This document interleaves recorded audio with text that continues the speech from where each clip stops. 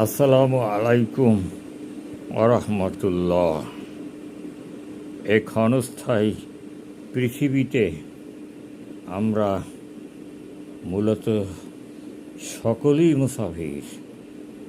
এই আসি এই নাই, মূলত এই ব্যাপারটা আমরা অতখানি ডিপলি চিন্তা করি না।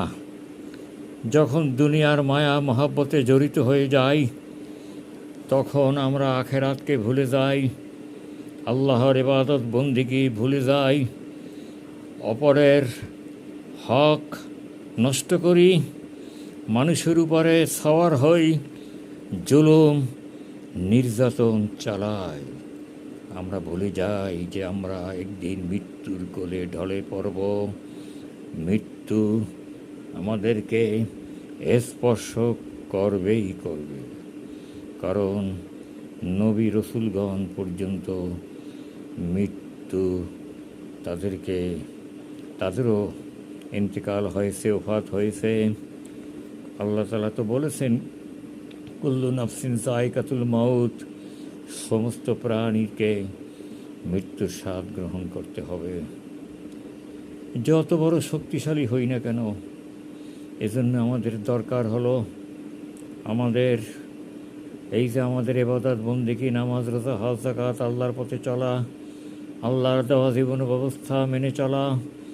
এটা হলো আমার আল্লাহর দেওয়া চাকরি।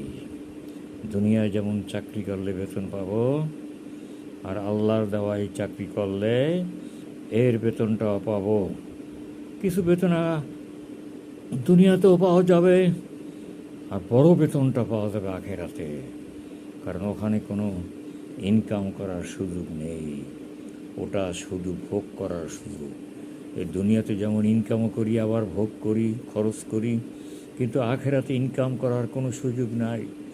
ইনকাম এখানে বসে যেটা করি যেতে পারবো, সেটাই আমরা আখেরাতে তার প্রতিদান পাব। যদিও কথাটা ছোট্ট, কিন্তু আমরা যেন কথাটা ভুলে না যাই যে যা কাজ করি না কেন, সব কাজই যেন আল্লাহর হুকুম অনুযায়ী হয়। তা ব্যক্তিগত হোক, পারিবারিক হোক, সামাজিক হোক, রাষ্ট্রীয় হোক, আন্তর্জাতিক হোক, সব কাজই যেন আল্লাহর হুকুম অনুযায়ী হয়। যদিও সর্বত্র আল্লাহর হুকুম চালু নেই, সে ব্যাপারে আমাদের চেষ্টা করতে হবে, আর যেটা চালু আছে ওটা প্রতিফলিত করতে হবে।